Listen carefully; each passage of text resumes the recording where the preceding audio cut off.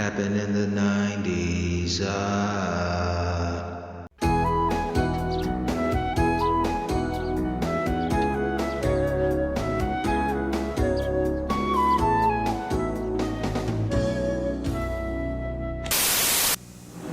Who's got more toys than all the rest? Who's got the newest? Who's got the best? Got video games back to back. Got super low prices and that's a fact. Children's Palace, that's where it's at. Get it while it's hot and get it while it's here.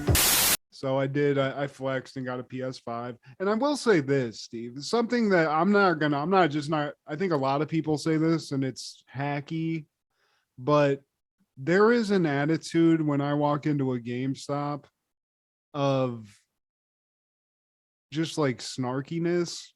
Can I interest you in a butt fucking? I don't know what other word to say, but I don't like the attitude of people in GameStop that run those places, and I just don't appreciate it. I try my best to ignore it because I understand that they're socially awkward more so than I am. I only go in for 1 or 2 games per year, and these are the people who have every series of every like poppin' video game, and that just has them in the home a lot. So because of that, when they do come out the house and converse with people, it comes off the wrong way, and they rub people the wrong way, and they just don't know any better.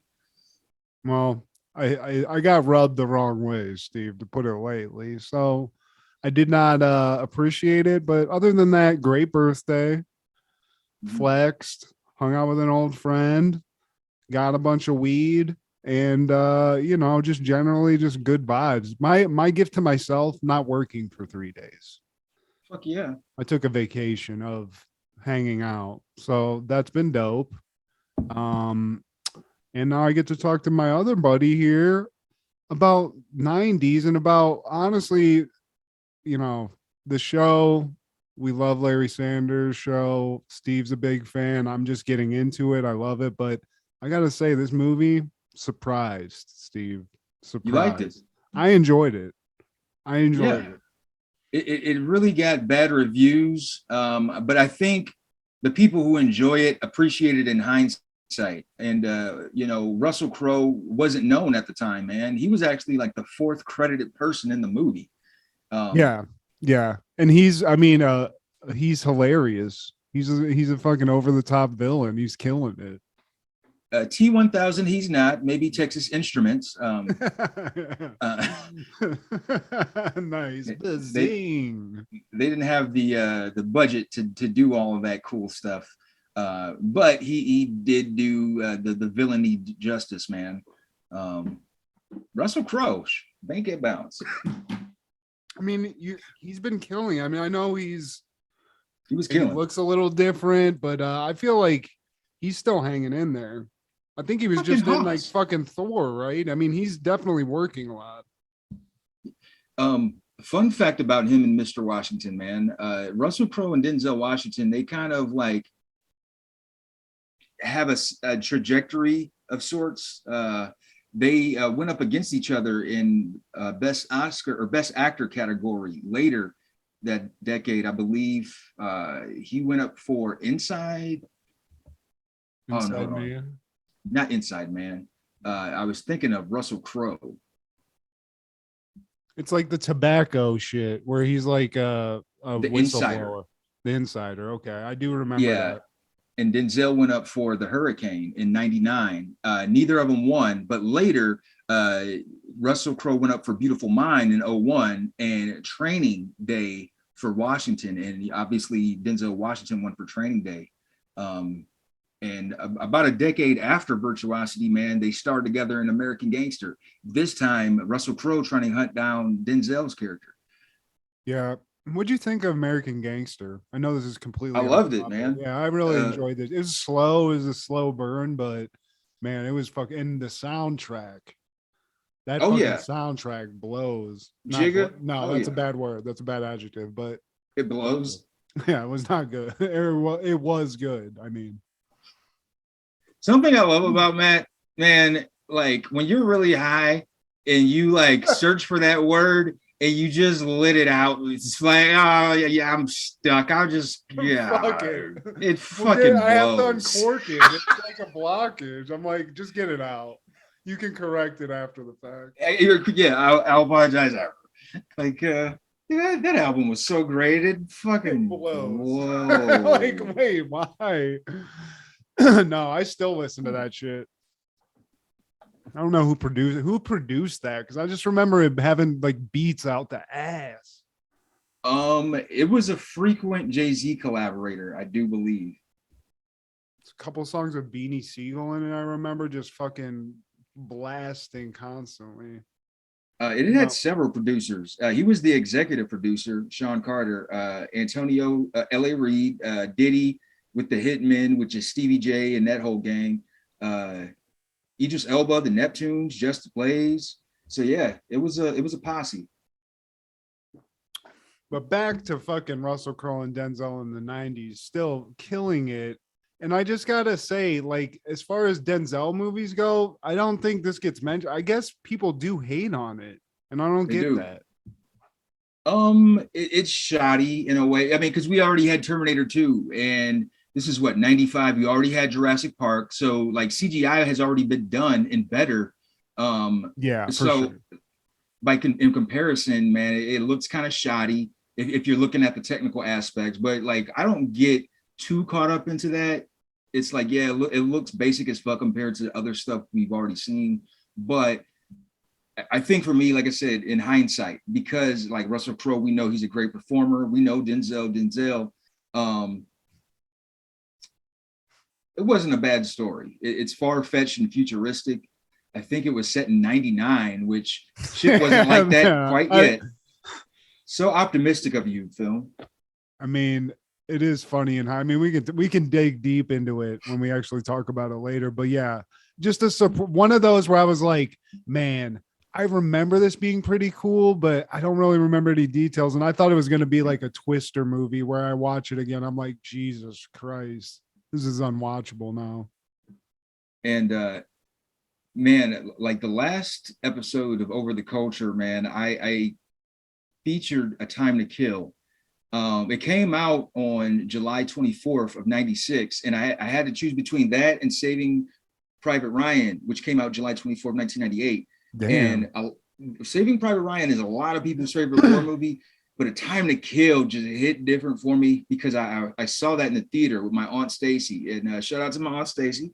And I think that was the movie that made me decide Samuel L. Jackson is going to be my GOAT. I think Jackie Brown just kind of like really solidified it, but A Time to Kill kind of like put the inkling in my head. Like, I already seen Pulp Fiction. He is badass in that. I've seen him in a lot of other shit as a character actor. And this guy has been around. And then that fucking, yeah, they deserve to die and I hope they burn in hell. I felt that in my heart. I mean, that's like one of those lines that, I mean, Chappelle's show fucking would always make fun of it, but it's so memorable. Like, and the thing I always remember about that movie is, I'd say, like, in terms of the whole running time of that movie, Samuel L's maybe in it 5% of the movie. He's a huge part just like spiritually, but he's not in the movie as much as McConaughey and Bullock. Is it Bullock? It's an ensemble cast. Yeah, she was in it, and it's like, look, man, I think the woman's beautiful, but once again, ensemble cast. Like Matthew McConaughey, he did his thing. They took a gamble on him because he wasn't doing serious stuff by that time, I don't think, man. And he did it. Kevin Spacey as the I would say protagonist, but in a way, I mean, he was kind of like the judge and not the protagonist. What's the prosecutor? He was the antagonist. And then Kiefer and Donald, father and son, were in it, man. Oh fuck yeah! I forgot Kiefer Sutherland was in that movie. Honestly, he was one of the Klansmen, and Donald was like Matthew McConaughey's mentor. He was like a civil rights lawyer back in the day, and he was retired. So McConaughey would turn to him for advice. Just like really well done movie, man. But yeah, dude, A Time to Kill, like, It's just a hard hitting. It's like really just like a rough subject matter too. It's just like a really intense emotional story. It's a good ass movie. I mean, that was in my collection. I had that, but it was like that's a hard movie to go back to a lot, you know, but it is good as fuck. Yeah. Shout out to Samuel L. Jackson because he does kill that shit. And Matthew McConaughey, that was that and I remember he was in that movie Contact with Jodie Foster. That was like that was like a year or so later. Yeah. This was when they were really like they saw he was like actually a really good dramatic actor. So yeah, I do. But man, I'm one that as far as like war movies goes, Saving Private Ryan is dope as fuck too. That movie, and it's got a lot of Young studs. people. Oh yeah, Vin Diesel's in that shit. The Hebrew Hammer's in that shit. Sizemore's in that shit. Fucking the sniper guy, Barry Pepper. Hell yeah. That guy's a badass dude. He was in a fucking wild ass. It's like kind of not. I mean, I think it's a good movie. It was like a horror movie about alligators. Okay. I mean, that's all I got. I forget what it was called, but I remember he's still killing it. That's all the only reason I bring it up. Barry Pepper, I think he was in the 25th Hour, if I'm not mistaken. Yeah, that movie was he? Yeah, I think you're right. He hung out with Edward Norton in that, I think. And that's the time he was super famous too. He's just like a good cold-blooded dude. Yeah, he was. He was in 25th Hour, Green Mile. Oh yeah, hell yeah, dude. There's another hard movie to watch. You want me to cry? I'll start crying if I watch that shit. John Coffey. I'm just so tired, boss. Man, it's crazy. That's a Stephen King movie. I guess it's not really because it is like really like sort of supernatural shit. But I don't know, man. That's another dude that I was just thinking about that because I went to we went to a bookstore and I was just like, I saw like all of the Stephen King books, and it just like to see how much he's like done and written that's out that you can buy. It's insane. That haven't been changed. You know? That hasn't been like translated to a film. Oh yeah, and I mean even the shit that if you think of like how prolific he is for somebody who's written shit, I think the only person I could think of off the top of my head is like Michael Crichton, you know, or maybe John Grisham. Yeah, maybe because of all those like Clear and Present Danger and all those like whatever A Time to Kill. Yeah. Okay, there you go. What are we talking about? We're talking about just prolific writers who've had their shit like, you know, moved on to film. Hell yeah. Yeah, and Stephen King, it's just like even the ones that people say aren't necessarily that good. I remember like there was like a movie called The Tommyknockers. He's had so many things like made it, whether it's on TV or movies. It's fucking wild, dude. And they like as far as like if I was a producer in Hollywood, you get desperate. It's like, well, he's got 75 other fucking books. Let's see what else he's got. Another killer car movie. I'm in. Let's do this. Man, I want a killer crackhead. And dude, like this really grinds my gears. I hate being wrong on the air, Matt. And a couple episodes ago, we talked about In Your House, the international incident. And I said that Shawn Michaels faced Mankind in the main event, and that was a lie. This is what happens when you fall asleep trying to do your research. That was the main event of another In Your House. The reason that British Bulldog was even on the cover is because it was Camp Cornette, which was Vader, Owen Hart, and British Bulldog with Jim Cornette defeating the People's Posse, which was Shawn Michaels, Psycho Sid, and Ahmed Johnson with Jose Lothario. And it was a 24-minute match. Well, I feel bamboozled. I got to be honest. I'm hurt, but I had to get that off my chest. This show also serves as therapy for me, man. I don't know if I share that with you. Well, you know, tighten it up. Steve, we all make mistakes. And I think I could speak on behalf of the audience and just say that we appreciate your work. Matt comes in stoned, quite honestly, a little. He's making up shit sometimes, and you're the anchor. You're the fucking truth teller of this show, Steve. I'm just here to edit, and just spout off nonsense. When the anchor is just rocking and swaying, though, man, we're in trouble. Because I'm good enough, I'm smart enough, and doggone it, people like me. Whoa, Taco Bell done it again, my friend. Taco Bell done it again. They got 3 new menus, 3 low prices. Goodness gracious, now everything I like is $59.99. Even Taco Supreme, Nacho Supreme, 3 new menus. Somebody tell Louise. Wow, $59.99. Run for the border, don't waste time. 3 new menus, Taco Bell done it again. Wow. But hey, boys and girls, this is Steve G and Matt G with Happened in the 90s, a show where we talk about things that happened in the 90s. So get out your Baba Booey shirts and your big league chew and say, whoop, motherfucker, whoop, motherfucker. Bow, wow, wow, yippee, yo, yippee, yay. Say, whoop, motherfucker, motherfucker. Bow, wow, wow, yippee, yo, yippee, yay.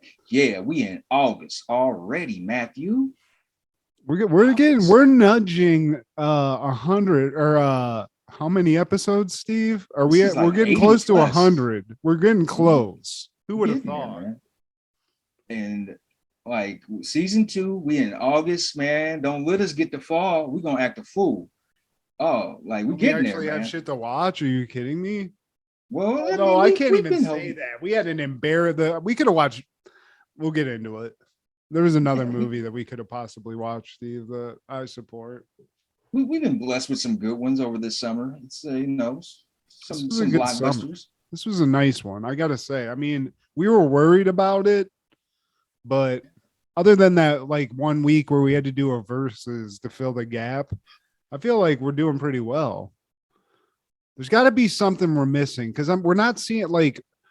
Why are we not talking about Salute Your Shorts or Pete and shit? Is that just not on the list? Well, it's on the list. And I added a couple other things. I added Celebrity Deathmatch, but we just haven't hit that timeline yet. Okay. All right. I'm waiting because Pete, there's a show. I'm sidetracking us the fuck around. So I'm gonna stop right there. But just remember that. Pump the brakes.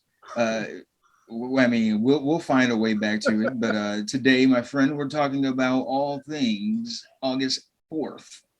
Almost did it. August 4th in the 90s. Starting off in 1990, the final episode of Beauty and the Beast airs on ABC, and this thing lasted for 3 seasons. And it was weird as fuck. It was very weird. I remember watching this because there was like another not animated, but it was like a cartoon inspired live action show called Prince Charming, I believe. And I was more into Prince Charming. But Beauty and the Beast, it aired the same night as this. And this is good old Ron Perlman. I don't even know if that's makeup anymore. No, they just didn't shave him completely, Steve. I forgot Linda Hamilton was in the show. Like, she was crushing it, bro. Like this shit ended in 1990. And then a year later, she pops up on T2, like one of the greatest sequels. But it was so like the tone of it was like soap opera-ish. Oh yeah. And it was ABC. Because I would watch this and it would be on. I don't think maybe my grandma did watch it or they just left it on, but I just remember as a child being weirded out by it. It's like they do know he's a fucking monster, right? Yeah. Like, you guys are just normalizing. Bitch, you're in a sewer, just fucking around with this fucking lion, dude, or what? Like Linda Hamilton, you got some DSLs. Like you can like suck like a real dick. You don't have to like deal with this like reality, lady. What are you doing down here? You fucking crazy ass bitch. This is illegal in at least like 40 states. I know for sure. Like. Where's this shit shot? Ron Perlman's, I mean, he's just, he'll take whatever he can get. So it's fucking. I feel bad now, Steve. Let's not shit talk Ron Perlman because I love Ron Perlman. I love. He ugly. I fucks with Ron Perlman too. Shit, that's why that's why he gets to work. The directors of Hellboy were like, I know a guy. Look, We ain't got all to we do need shit. is a lot of red paint. Okay, I got everything else covered. No, we don't even need head prosthetics, guys. I'm No. talking good to Just go. lights. Red paint and lights. Got enough lights? Good. Let's call the guy. He was always like a great cameo or like dude to show up in a movie. He was in this movie called Enemy at the Gates that was like a sniper movie that came out in like the early 2000s, I think. It had Jude Law in it. It was about Russian snipers. Vaguely, yeah. Yeah, and he played like this Russian like sniper dude with like silver teeth and shit, but he was always like that guy. He'd show up, he'd be ugly, maybe kill a guy, maybe get killed. Or in the case, didn't we watch him in that like dog movie? Yes. Like be a dick, be an ugly dick, you know. What was it? Fuck.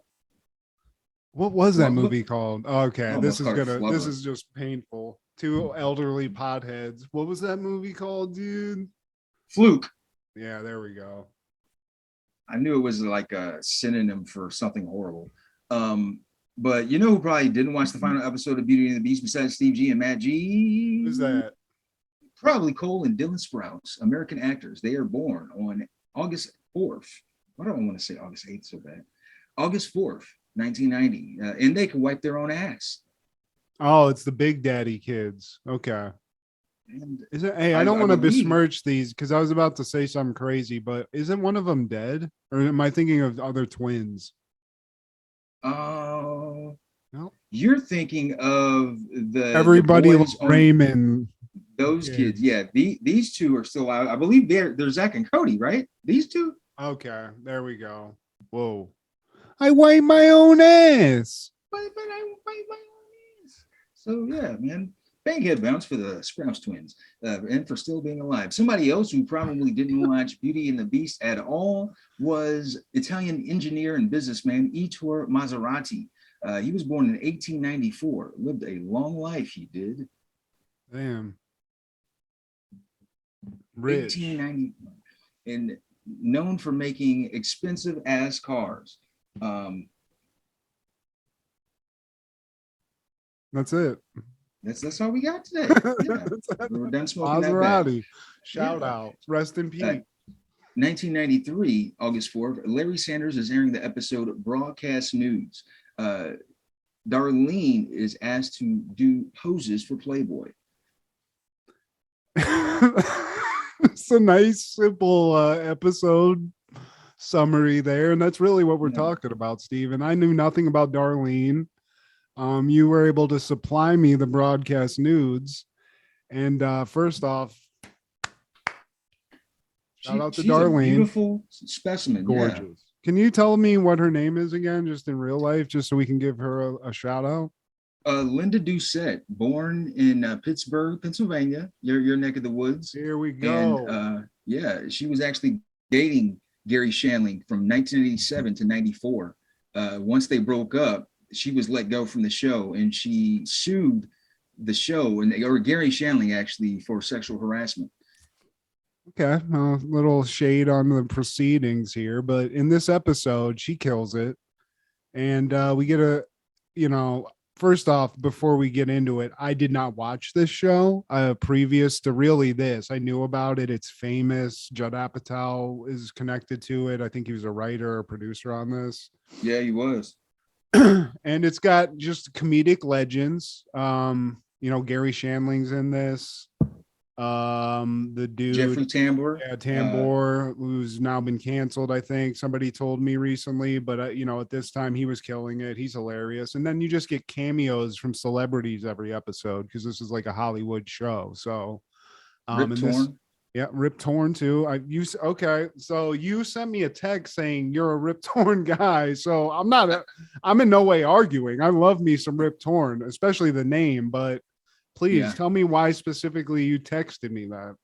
I had to, because watching this show again, it reminded me like the dynamic he brings to his characters, man. And his characters always serve as the the contrast to everyone else around him. Like everyone else is a little bit looser, a little bit more freer, open-minded, where he's stern and by the book, and you're going to do it like this, and I'm old school and I'm a boomer, and you're just a pussy. He kind of serves the same purpose as the dad from, or the granddad from Problem Child. That guy, he's always like the old cantankerous, you little dumb sons of bitches don't know fuck shit. this up, you little son of a bitch. I love it. He was that in Freddy Got Fingered. Daddy, would you like some sausage? Oh, that movie is fucking crazy. Shout out Tom Green, another legend of the 90s. See, we're not talking about Tom Green either.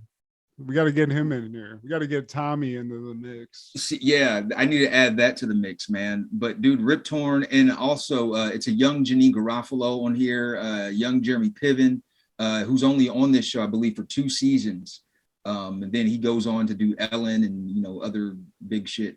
But, I mean, they had a lot of other, because I'm looking at like the cast that I pulled up on Wikipedia or something, and Bob Odenkirk was in this. He was fucking oh god damn, one of the dudes, Scott Thompson from Kids in the Hall, was in this for a few seasons, I think. I forgot. Yeah, he was. Yeah, and like you said, fucking a young hot Janine Garofalo, still very hot. But a young Janine Garofalo. And I like Penny Johnson. She's the black chick on the show. I always thought she was hot. Was she in this? Because I saw her picture, but I was like, I don't remember. Maybe I looked away and she just wasn't in the episode a lot, or. Yeah, she didn't have a big part in this episode, but there's a scene where her and Janine Garofalo are both trying to talk Darlene out of the photo shoot because it's so demeaning. Yeah, I know what you're talking about. They're just like hanging out on the side of the set or whatever. Yeah, exactly. But this was I enjoyed this. I would definitely, after watching this episode, want to go back and watch more, especially with like when I can see like the celebrities I'd be interested in seeing, because honestly, Hef's Hef. I mean, he serves his purpose in this because it's a Playboy thing, but I'm sure like when they have like a comedian on this shit or like somebody funny, it's probably fucking awesome. So.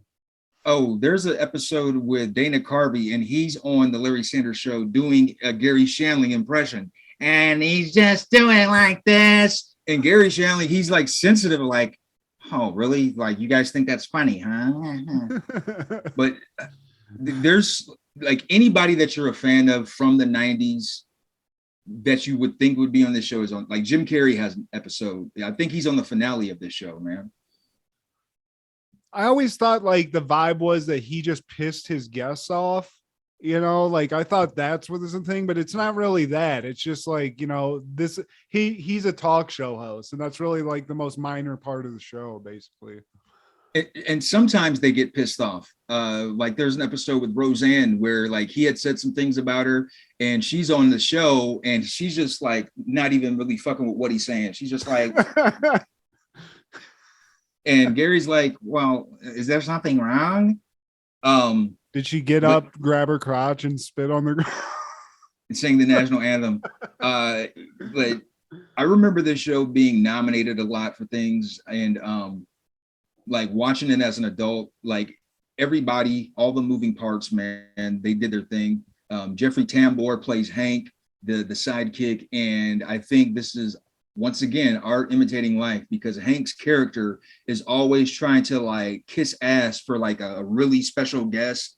And as you'll see on this show, I think Arthur, played by Rip Torn, he's like he did everything except hump his leg. Yeah, it's real creepy. It's real like, remember that Chris Farley show thing on SNL where he's like, hey, remember this? But it's all creepy, like, hey, I have all the Penthouse or the Playboy After Dark tapes and shit. It's like, what the fuck are you doing, dude? And that's exactly what Jeffrey Tambor portrays, man. Just being a sleaze. Like, I love when he's like, yeah, I do a lot of reading about all the cool parties you have at the mansion. It'd be really cool to get a ticket to one of those. And Hugh looks at him and is like, yeah, I bet it would. You fucking should. And he plays like a pathetic dude very well in this. He's just getting shit on constantly. I feel like he was Robert Romano, Ray Romano's brother before Robert. Yeah, he was Robert before Robert. Yeah, and as a sidekick platform. But Larry's interviewing Hugh Hefner, and he asked him how his wife feels about him being in the business. And he's like, well, that's how I met the bitch. Like, she was a Playmate of the Year. So I met her at my mansion. He's like, yeah. That's a great way to meet people. If you got a mansion, they're already there. Already seen their work. He got a promo shoot of them to study them, and yeah. That's allowed. That's a business model I support. Just send me nude pics. That's it. That's all. He lived our dream, dude. Rest in power. You have. Big I'm house sure full there of was a bad lot of bitches. crazy. I've heard a lot of crazy shit about him, but I'm not even going to besmirch the man. I'm not going to hate on that. God bless the dead, or at least this time. And Darlene pulls up in between, shoots or whatever, and Hugh is just smitten by Darlene, and he's not even caring about what Hank's talking about. Like, oh man, who is that? Who the fuck is that bitch? Yeah, that's my assistant. Like, yeah, he's like Dollar Bill on Players Club. Yeah, we can get you started today. Start immediately. And Hank's just thirsty to have anything to do with Hugh. And you think it's honestly, when I was watching, I was like, Jesus Christ. But it's not even just because he wants some hot tail or to like lick Hugh Hefner's boots or whatever. He has a business, I think, also that he's trying to promote. So he's like, this is going to give me a lot of eyes. His restaurant. He's got t-shirts. Yeah, he's got a t-shirt. He wants to get it on there, but Hugh's really only interested in that. So we get off. Hugh's done. The episode ends. Gary has a point. He has to get back to his crib because they're showing it in an Architectural Digest spread. So he's all worried about that. Meanwhile, Hank gets Darlene in his office and he's like, look, my dad, before he died, was a huge fan of Playboy. He was one of the first members, and I know he would absolutely love looking down on us if you would be in Playboy, because Hugh's totally into you. He wants you to do a spread. I talked him into doing a spread with me included in it. With us being, you're like a sidekick, and that's what it is. It's like the sidekicks of talk show hosts or whatever. Yeah, he tried to really finagle his way into that. And she asked him, so is your father no longer with us? We don't know. Maybe he left when I was 6. But he's just like, you gotta do this, okay? And she's like, she just leaves out of just, I guess, fucking complete embarrassment. She leaves and she's like, I don't know if I should do this. So now she's thinking about it, but Hank is just laying on couches, covering his face, pouting like a bitch. What he's good at. Yeah. And Gary's just at the house, and he's got I guess a girlfriend. I don't know. You'd have to educate me on that. Is that his girlfriend, or is that what is his wife divorced or split up from him between season 1 and season 2. And this girl, I don't know what purpose she serves. I can't remember. Well, she's gonna serve a purpose of being in a photo with him in this magazine, so he doesn't look like a sad bachelor in a very, what she calls, feminine house. I gotta say, for a talk show host, the house, I mean, Gary, what's going on here? Or whatever. Larry. I got a bachelor pad. But back in the studio area, Darlene's wrestling with, should she be in Playboy? She doesn't know. She's like, I don't, it'd be help Hank. She's a great assistant. She's hot and she's very committed to helping her boss, who's a complete douche. And she's just like, I don't know. It's weird, but it's Playboy. And she's talking to the ladies in the office, Janine Garofalo and Penny Johnson.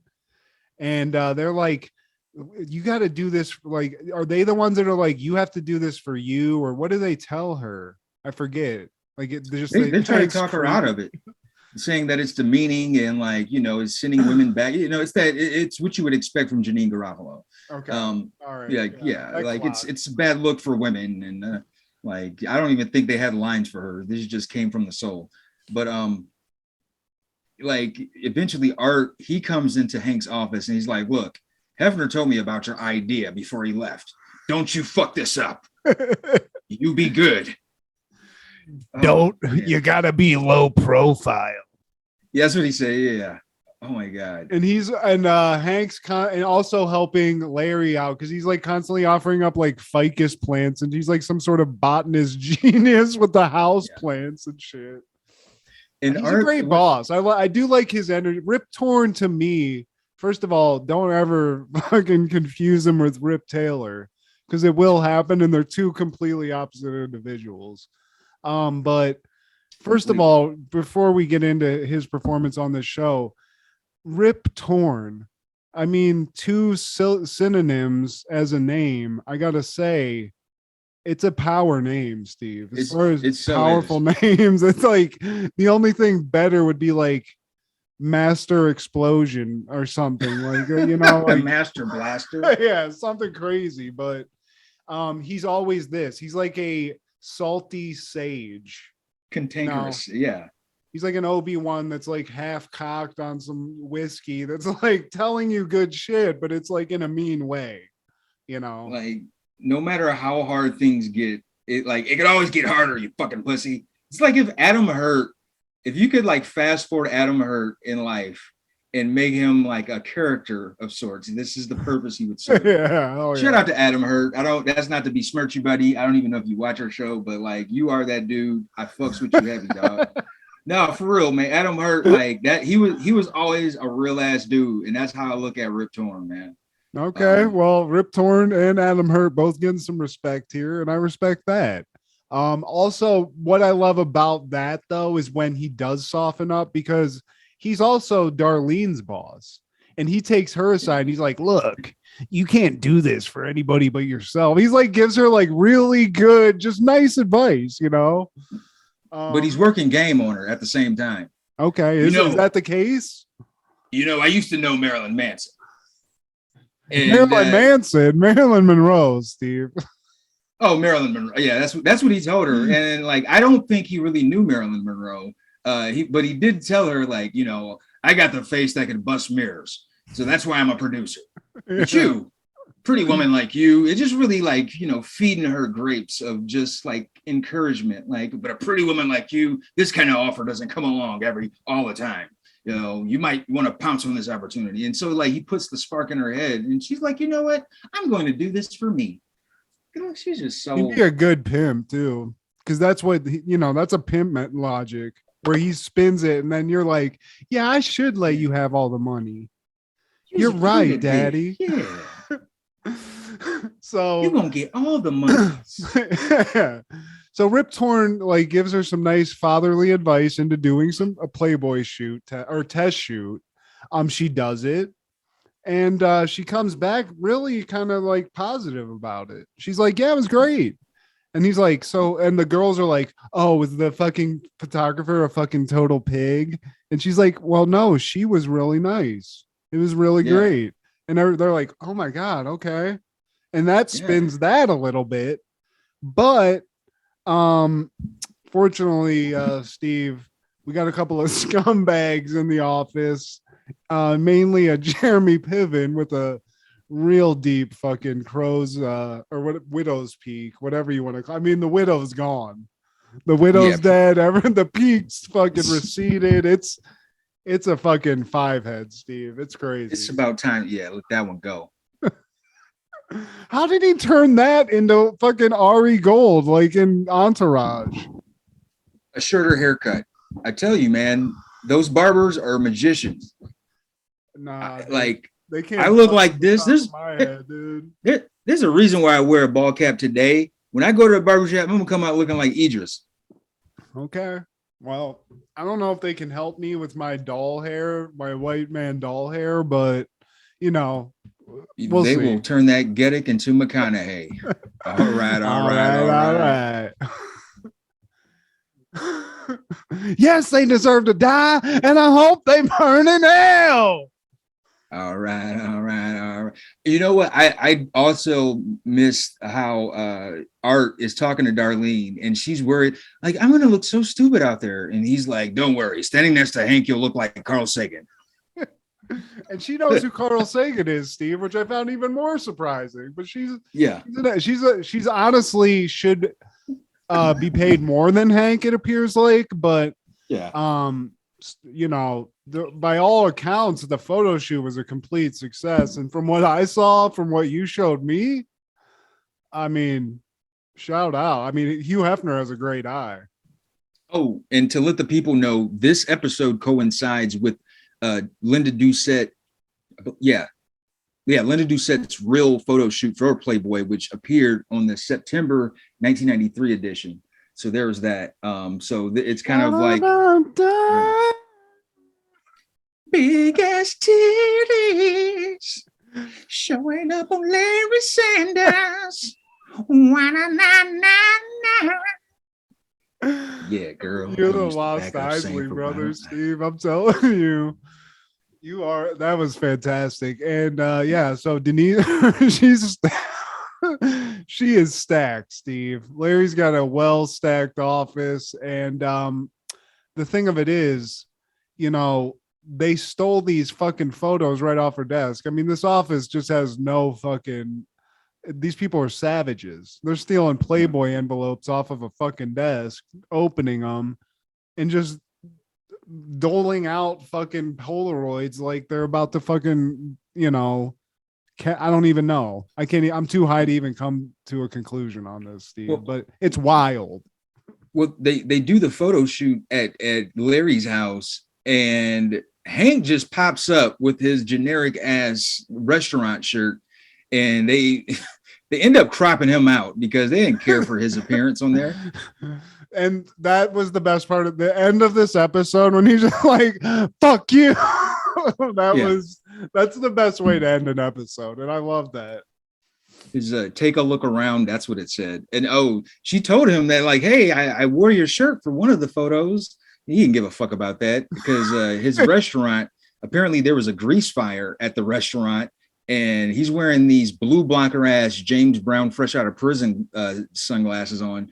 And then on top of that, he finds out he gets cropped out of the brochure, out of the pamphlet or whatever. So I like how Larry Sanders is like, did you tell Hank that it wasn't our decision to crop him out? Because they know he's going to have a shit fit. Yeah. And he's like, oh, the new Architectural Digest. Great. And he's like looking for himself, and he's like, oh, nice. Fuck you, Larry. Fuck you.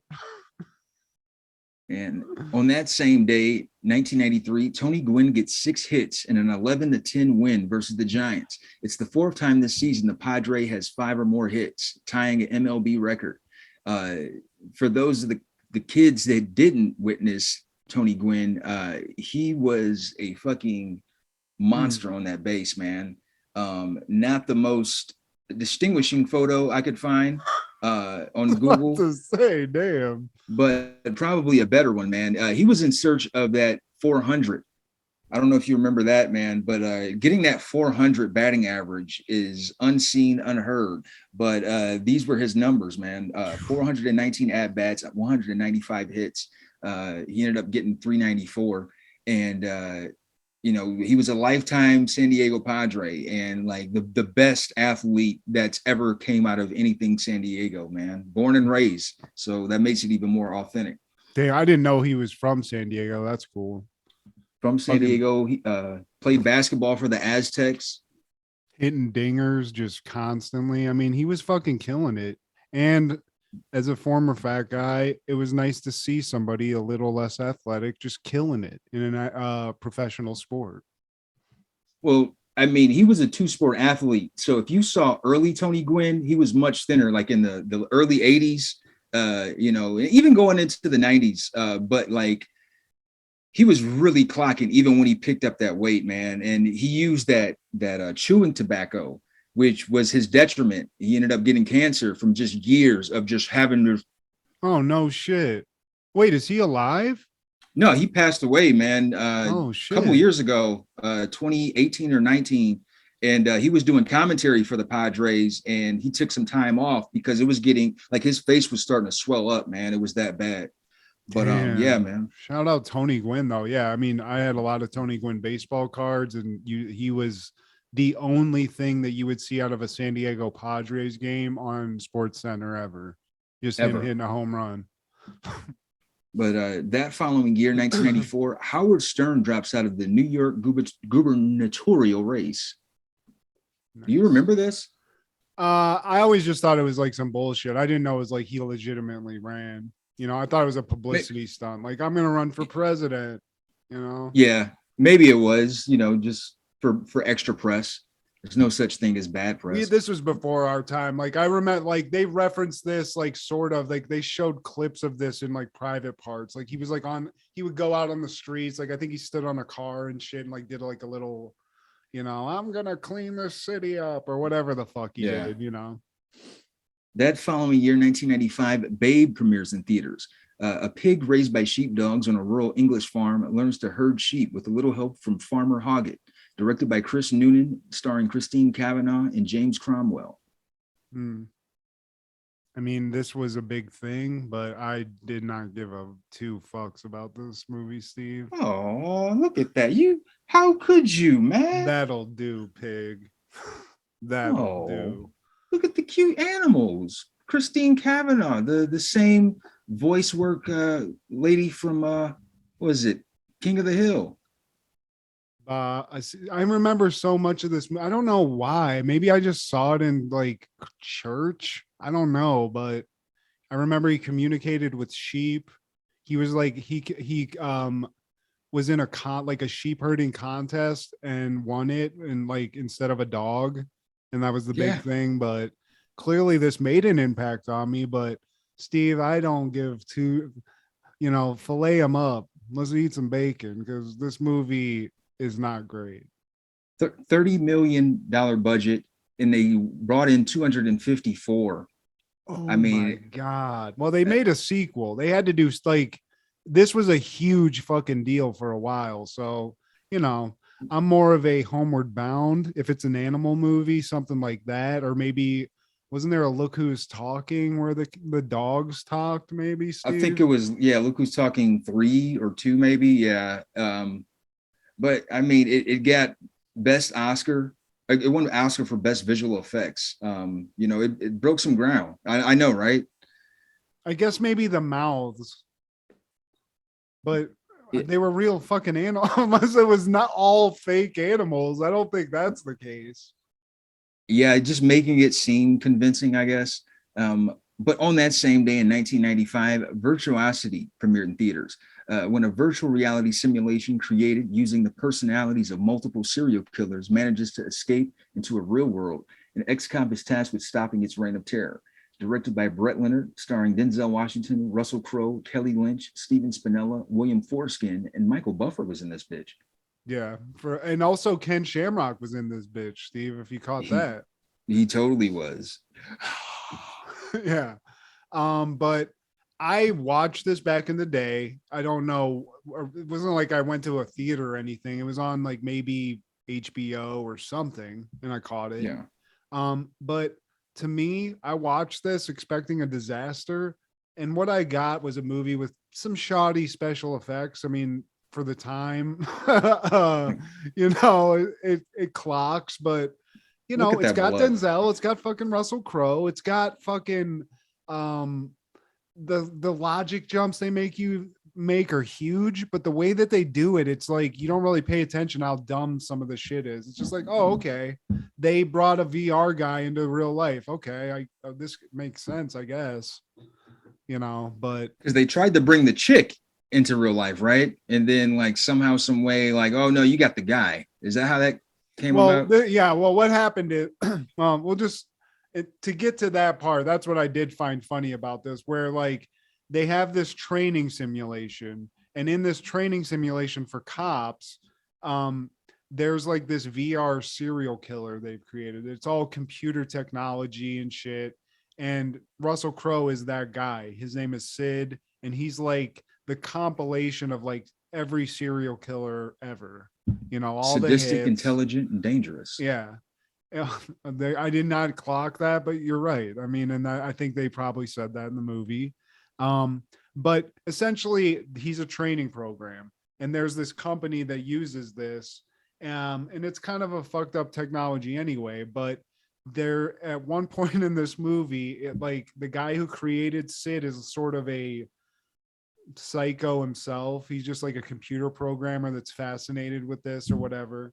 And there's a guy who's like a pervert that's working at this company that's like, he's the robot guy, Steve. So at some point, the psycho's like, okay, well, I'm going to go to the robot guy, tell him he's going to make a sex robot with this hot fucking VR chick.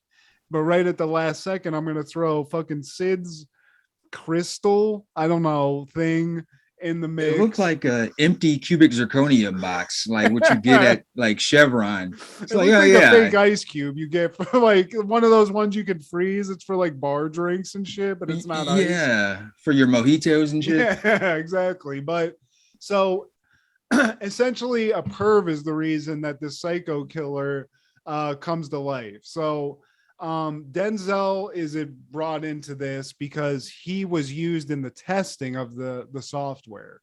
He's an ex-cop who was actually put in jail for murder because after witnessing the deaths of his wife and daughter at the hands of a serial killer, he went psychotic and accidentally killed 2 reporters, I think, in a blind rage, something of that. Well, we see a little bit of that in the beginning of the movie because Denzel was reckless as a cop. He didn't give a fuck. He just wanted to kill Russell Crowe's character, Sid. And, he caught a couple bodies in that little Chinese restaurant with that weird hat on. It was like, why you wearing I get it. It's futuristic, but it just, Denzel looks weird in that hat. It looked like the same outfit from Demolition Man that they made the cop. It was like the exact, except it was like a little lighter leather. It was like an Eddie Murphy leather jacket material. Yeah, like, do y'all think cops are going to look gay in the future? And I love, because these people are like, there's parts of this movie where they're in a VR world. So they're hooked up to a machine that's essentially like a computer chair that you're like put in the air in. And while you're moving in VR, your fucking body's like marionetting on this mechanism and shit. It's hilarious to watch. Like a rock'em sock'em. Yeah, and like looks crazy. Have we overlooked the Windows 95 effects, man? Like this is probably a big reason why shit got banned. Because I feel like all the players played their part well for what it's worth. But, some of this shit was kind of hard to overlook. It kind of interferes with the enjoyment. But I did like the explanation because essentially what Sid is as this like robot that's in the real world is they're made out of nanoparticles that are like glass, basically. So when he gets shot, he can heal himself just by touching glass, which I thought was cool as fuck. And while it doesn't look cool when you're seeing it behind Steve or even when you see it in the movie, I thought the actual, they just didn't have good special effects. Because some even like the fucking VR shit, I mean, when they skew it a little bit, like at the end, and he kind of like takes over VR and starts doing crazy shit, that looks like ass. That looks like complete ass. But I just think, without going into this whole movie, Denzel wins in the end. We knew that was going to happen. It's a Denzel movie. He's not going to lose. Tell me a Denzel movie he's lost other than Training Day. Well, yeah. Okay. Malcolm X. He won in that. What was the other one? Malcolm X. He got murdered. Okay. Well, we can't. But he won the hearts of the people. Steve. Yeah. But his legacy wins. I think we knew going in that he was going to conquer all. He saves the day, but I thought Russell Crowe, fantastic in this. This might be one of my favorite portrayals that he does because he's just like he's killing everybody. He's super into like being on camera. He's super charismatic. He's wearing cool fucking suits.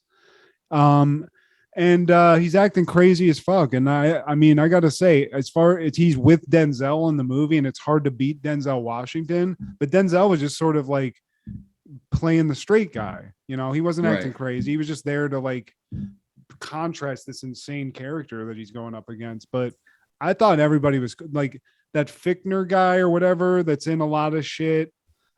He's Steven? in that. Is that what his name is? He's in everything. He's always like an intelligent dude. He's the guy that's like in the evil corporation with the lady all the time. White dude. I think his name's Fichtner. He's always like he's in everything. He was in like a bunch of shit in the 90s. But also William Forsythe's in this, and I love me some William Forsythe. He's a dope motherfucker. I meant to call you William Foreskin, but you are a bad motherfucker, William Forsythe.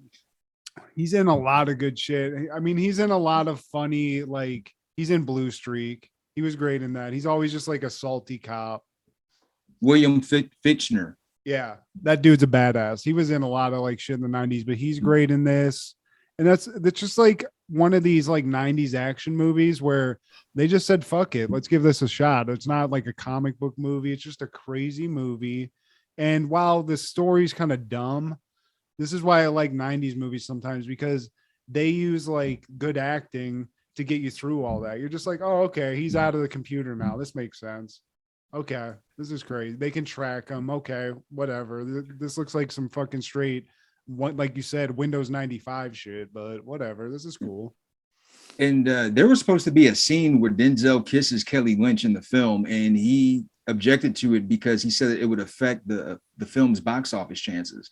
And maybe he was right. It's 95, and maybe society's not ready for that quite yet. That's wild. Probably a lot of sisters probably wouldn't go and see that. I mean, honestly, he could. His wife in the movie that died was sexy, so But I guess whatever this chick is, whatever. She was plain Jane to me. She was just. That was the one part of this movie I didn't really care for. They needed something because his family's dead. Yeah. So at some point they have to have a hostage, and she's like she's kind of a love interest, I guess. But that's crazy. He had to say that and do that. That's wild. Kelly Lynch, man, from Roadhouse. Something interesting, man. Like Kevin Spacey was considered to play Sid. I could see that because he's good at playing creepy people. I mean, it's not far-fetched for him. I feel like it would have been a different vibe, though. He's good at playing like a creep, like in Seven. Where it's like, or American Beauty. Weird. Yeah, that too. That's hilarious. I always thought that was really weird that movie fucking, not to go too sidetracked, but that movie evolved just like about some creepy dude in a neighborhood and just I didn't get why that movie was fucking so popular. It was very bizarre. Well, it's true to life. That should exist. Michael Douglas was considered to play Denzel Washington's part at one point, and so was Arnold. But Arnold's price tag was too hefty, they said. I bet it was. Shit. Damn. Arnold just you have to get out of the VL. It would have been like T2 all over again. Yeah, I mean, that would have been really weird if he did fucking this and Terminator 2. It's like, Jesus Christ, he's just taking checks. Fuck it. It's probably smart for his career's sake to not take that role anyways, man. I mean, honestly, like the two guys in this, I couldn't see. I mean, it's just crazy to think about anybody else playing it, but Russell Crowe kills it. I think that's why. It's just like, this is something that was early in his career and probably is why he got a bunch of movies. People are like, damn, this dude's fucking going toe to toe with Denzel in a movie and like very memorable. So shout out Russell exactly. Crowe. Yeah, this set the stamp, his stamp here in America, because he was already known in Australia, in his neck of the woods. But when did Gladiator come out? Because I mean, that had to be that was after this. That was like right before we went to college, I think. 99 or 2000. I do think it was our junior year when it came out. Russell fucking Crowe, dude. Fucking just kill. Even he at one point he's butt naked doing like Tai Chi in this movie, just fucking about to kill people. He's very charismatic. I just like, it's weird to like watch this and you're almost just like wanting to watch more scenes with him killing people because it's really fun to watch. It's entertaining. That's weird to say, but it is.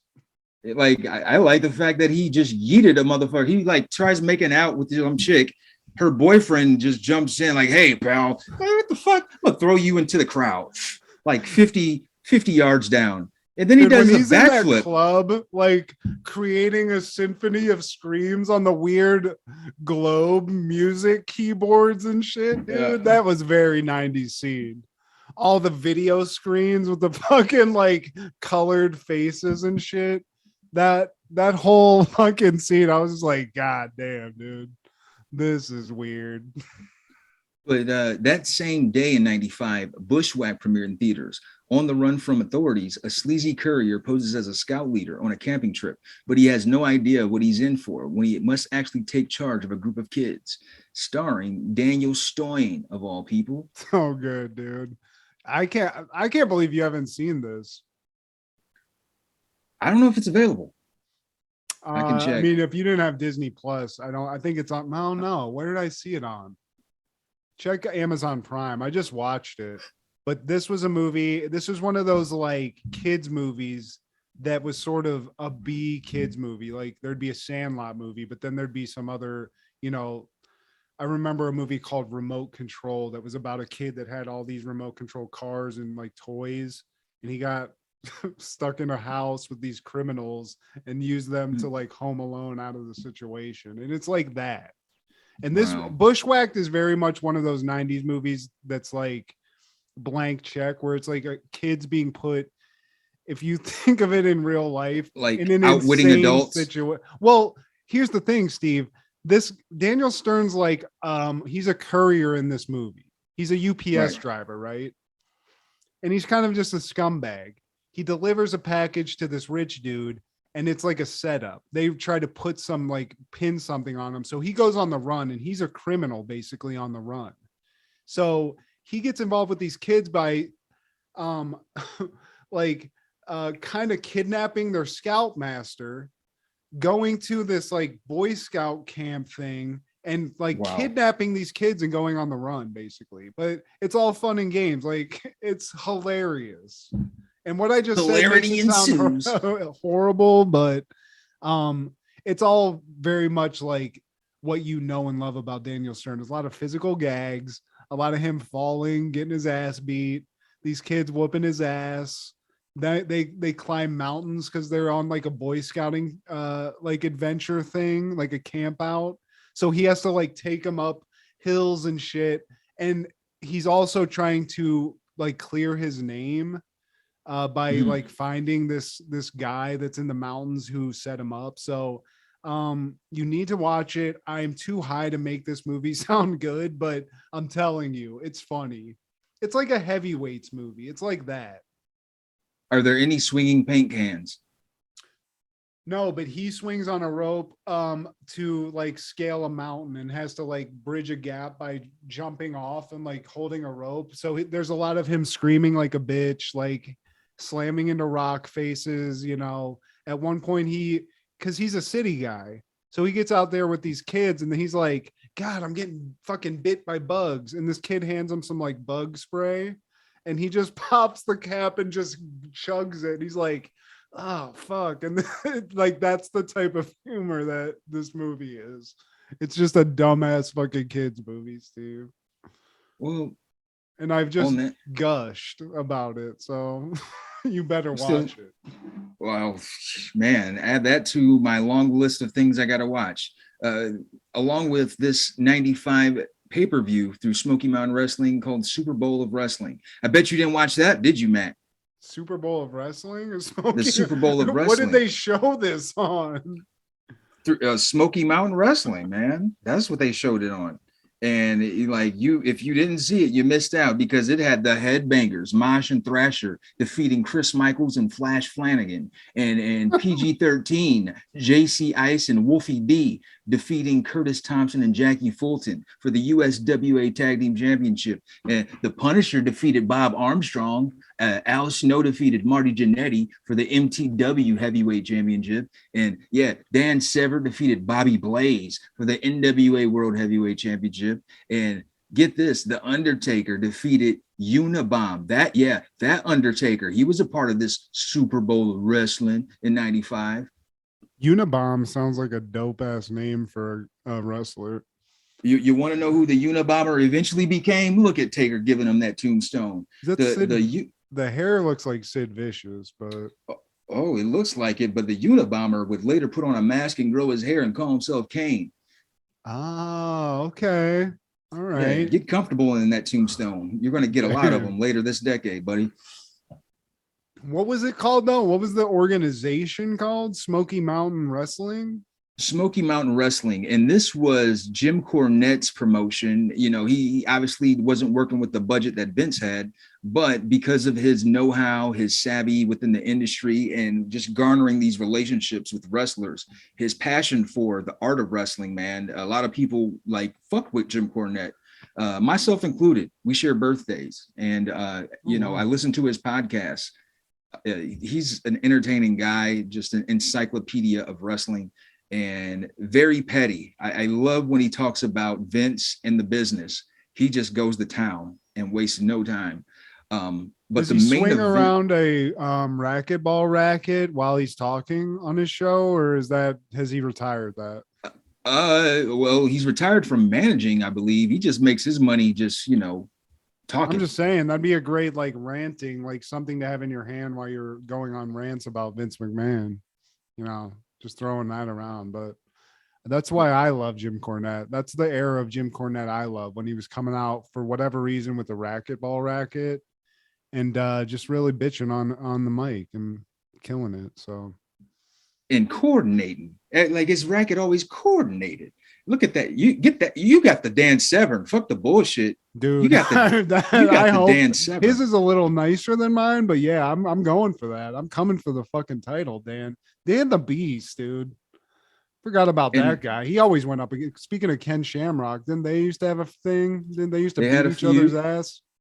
And the guy standing next to him is Buddy Landell, who was in the main event for the Super Bowl '95. He was defeated by Shawn Michaels. It was for the Intercontinental Championship. It was a 13-minute match. And I mean, we all know that Buddy Landell ain't beating no Shawn Michaels. Even he says it, right? I was going to say Buddy Landell, dude. Come on. Buddy Landell sounds like the name of somebody that sells you something on an infomercial like 1 a.m. Like, I'm Buddy Landell. Here's a fucking wash rag that never gets wet. Whatever. Yeah. I don't like that photo, Steve. Is that the villain from Ghostbusters 2? Or what is that, dude? Check out my ultimate loofah. I'm Buddy Landell. Come into the 7th circle of hell with me and worship Satan. What the fuck? It's 4 o'clock in the morning. What are you doing up? In 1996, August 4th, the Summer Olympic Games closed in Atlanta, Georgia, and the city would never be the same again. Yeah, and then there was some shenanigans with all that, I think. I don't want to get into it because that's a whole thing, but I think the fat guy, what was his name? You almost said Jeff Gillooly. Yeah, I did. But I mean, the reason I did that is because the same fat guy played Gillooly and this guy in movies. So that's right. Richard, it's right at the tip of my tongue. It's Richard something, I feel. But I almost said Richard Gere. He did that too. He stuck a gerbil in his ass and bombed the fucking Olympic Games, dude. Fuck it. Fuck him. But I remember watching this, man, because I was crunk and I gave a fuck about this shit at the time. Dream Team 2, or no, this was Dream Team 3. They just fucking obliterated the world like they should. And that's all I really cared about. I remember Michael Johnson being a big deal. Donovan Bailey, I think that was a name, if I'm not mistaken. And the women's gymnastics, and also the women's dream team. This was a big deal for that because this was the first time like the WNBA had been established or about to be established, and you had a lot of these like old school people who didn't have that privilege of going from college to a professional league in America, but they were playing overseas, and these were some of like who are considered like the greatest women basketball players of all time. You know, Cheryl Swoops, Lisa Leslie, those kinds of women, man.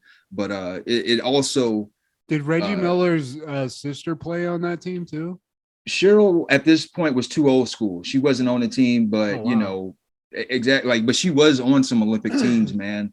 You know, the thing that stole the show, of course, was Muhammad Ali and you know, that whole deal. But Banghead bounced for all of that. Go America.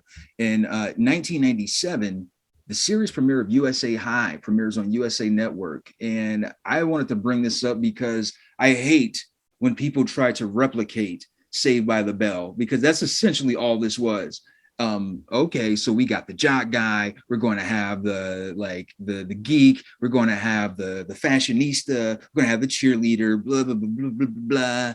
Where's our Mr. Belding? Huh? USA High, I never watched you. I do remember you though.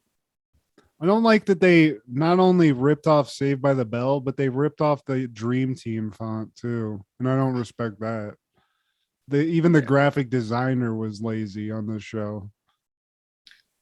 Something I do respect, or somebody I do respect, is Keenen Ivory Wayans, because his show, the Keenen Ivory Wayans show, debuted in 1997, and it was short-lived. In living color, it was not, because this was his attempt at being Arsenio. One time, yeah, let's give it up for Sam Kinison. He did have Michael Jordan show up, which is a rarity. You know, he just don't be popping up on Leno and shit like that. So he did have some cool guests. Rare. Yeah. I don't even remember. That's how short-lived it was. I don't even fucking remember that shit. Well, this is summer going into our freshman year of high school, and I remember staying up watching this. This is during the week, and this is the same time Magic Johnson's show was on the air. They aired like back to back. I don't know which one came first. It would be maybe the Magic show and then the Keenen show, or vice versa. But Magic, and that was short-lived because he just didn't have the chops for being a TV host that you need, man. Howard Stern came on one time and like kind of not berated him, but kind of critiqued him. It's like, dude, you need to take some like vocab lessons or something like that. You know, you smiling too much, and you got to see it. You know, Howard Stern on Magic Johnson's show. But yeah, man, I think that. Oh no, we still got more. 1998, Snoop Dogg releases the album "The Game Is to Be Sold, Not Told," and this was his first foray with No Limit, man. Iconic cover. And I don't remember the specifics. I know this is on my workout mix because I see the cover on it, but I can't remember which songs are on this album. But woof, motherfucker, woof, motherfucker, bow, wow, wow, yippee, yo, yippee, yay. It's got a couple on there. I just, you know, I prefer Snoop, Death Row Snoop. Like, you know, I kind of mold over this era of Snoop. And, you know, he, like I said, he still made some good music, but I don't know. It's not the Snoop that I was introduced to. And it just felt different as a teenager. It was, yeah, it definitely like was different, but it's cool like to see him on an iconic No Limit album cover though. That art, like that's what I love about the album.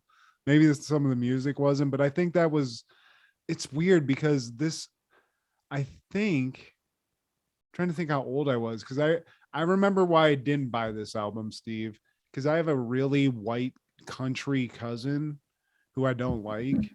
And I went over to his house and he had this album. And I think it like put something in the back of my head where I was like, I'm good. Snoop jumped the shark now. I liked him before fuckers like this liked him. I know what you mean. Like, you you don't want to like what your enemy likes, you know, you're like, yeah, fuck that shit.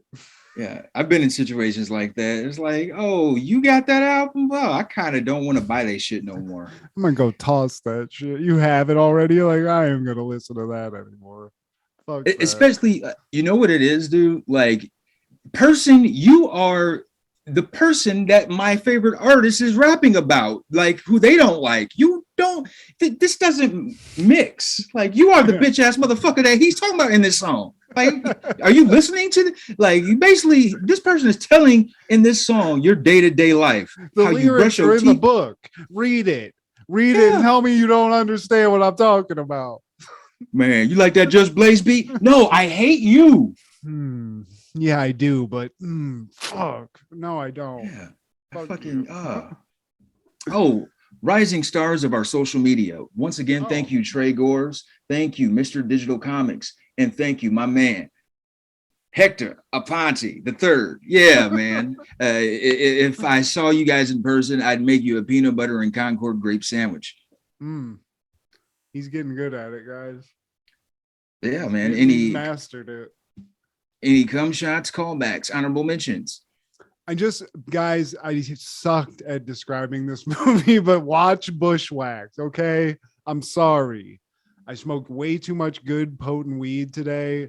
And while I think we've done these movies justice, I did not do Daniel Stern and his masterpiece Bushwhacked justice. So go check it out. Pay $4 and rent it, for fuck's sake. Give this guy some money. What was the Adam Sandler movie that you like will not Bulletproof? Steve, I'm gonna slap you in the teeth, Steve. This is really what it is, people. Matt likes movies that start with BU. It's Bulletproof. He likes Bushwhacked, and next week he'll try to force Bulworth on me. Watch it, Steve.